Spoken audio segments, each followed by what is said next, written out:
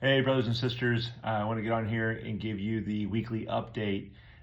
First, tomorrow night, Tuesday, we have the Potosi Union meeting that will be at the Potosi Elks.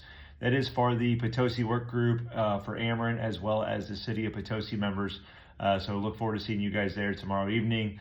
On Wednesday, we'll be up in Iowa for the union meeting there. That's at the Charleston Board of Trade. That's for the Fort Madison Keokuk work groups up there. So we'll see everybody, including our retirees, on the Alliant property up there on Wednesday night. Also, a reminder that we put out last week, you can now download the 1439 app. The app is available to all members only. You can visit our latest news page on the website. You can scan the QR code there with your either Android or iPhone or Apple. Download it and you can stay up to date with all the latest information, business manager reports. This video is going to be posted on there, as well as meeting updates, contracts, resources to the links to the IO page, a whole host of things. We will be posting regular content. So download the app, stay informed, and stay engaged. I'll go through a few of the items from the business manager report last week, just so everybody has an idea of some things that are going on. First thing is, I want to thank everybody for the attendance that we had last week. We had almost 40 members at the St. Louis meeting, and that followed a very busy month of meetings that we had great attendance. So I want to thank everybody for your attendance, whether it's a St. Louis meeting, our regional meetings, whether it's our city contracts, Liberty contract, or our Alliant contract. We had great attendance for 2025. We want to continue that going into 2026. One of the things that we're going to be working on in 26 are our affinity groups. We'd like to get our Renew group going. We're looking to form a women's committee and also a veterans committee. So look forward to getting that rolling in 2026. Look for that information coming out and look for some of our members to join those groups and to have some participation there. The other thing that we're working on is a negotiation plan. That'll be on our Liberty contract, as that contract expires May 30th of next year, and then also on the Ameren contract, as that expires December 31st of next year. So we having two contract negotiations along with a couple of city contracts in 2026. So after the first of the year, we'll be putting out a kind of a negotiating plan, meeting dates to meet with our different groups, and what the plan looks like for all of 26. We also, in the last couple of weeks, we met with Senior Vice President Tim Lasker on the Ameren property to discuss the findings of the safety audit that they did using that Sean Galloway from ProAct Safety. Had a very insightful, informative meeting for about an hour and a half with Tim and the Director of Labor Relations, looking at those studies, what is good, what needs improvement. From that, they are going to be putting together a committee made up of bargaining unit members and non-bargaining unit members that will be meeting on the 1st of March to discuss and come up with some a plan for 26 and some items of improvement. That also is going to include bringing the Blue Hats back. So we will have Blue Hats in 2026, so we look forward to that. That should be posting sometime around the same time frame, I would say end of February, early March. So be watching for that as well. As you guys know, we talked about this at our meetings in the month of November. The company is wanting to install cameras in all of our vehicles on the Ameren, Missouri property, and they are asking us to engage in a pilot program.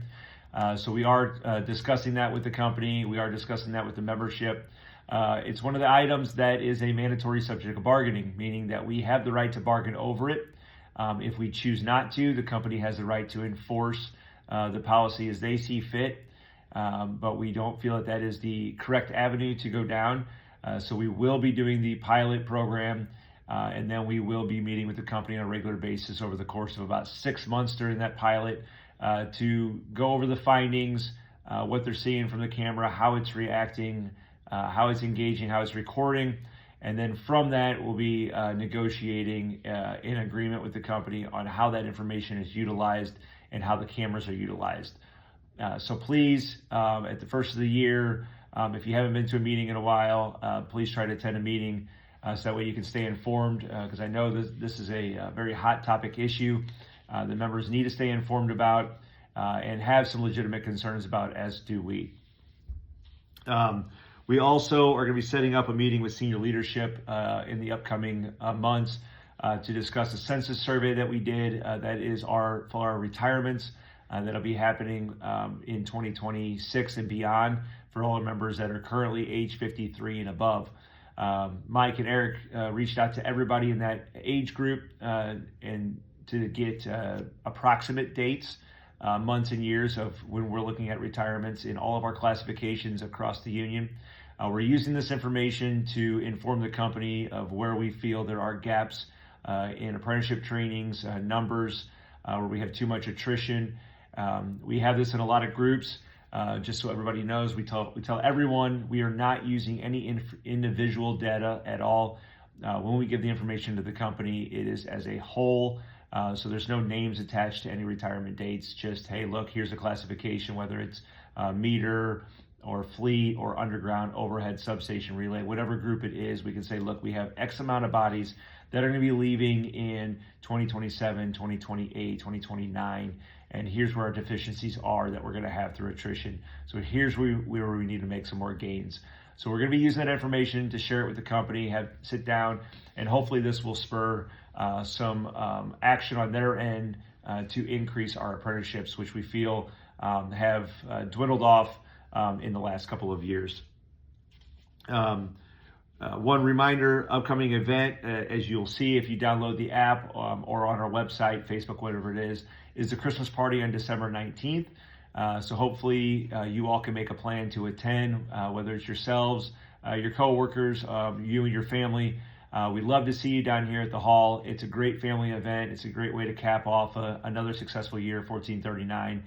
We've had a lot of great events. We've had a lot of great success.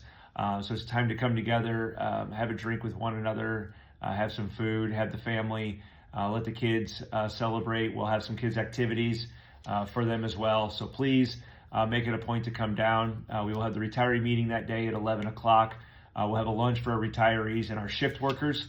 If you're a shift worker and can't make it into the actual Christmas party, please attend the luncheon. We will have a full catered meal here for lunch, as well as the party starting at 3 o'clock going into that evening. So please put on your calendar, make an attempt to come down here to the Christmas party on December 19th. We'd love to see you. As always, continue working safe and keep the union strong.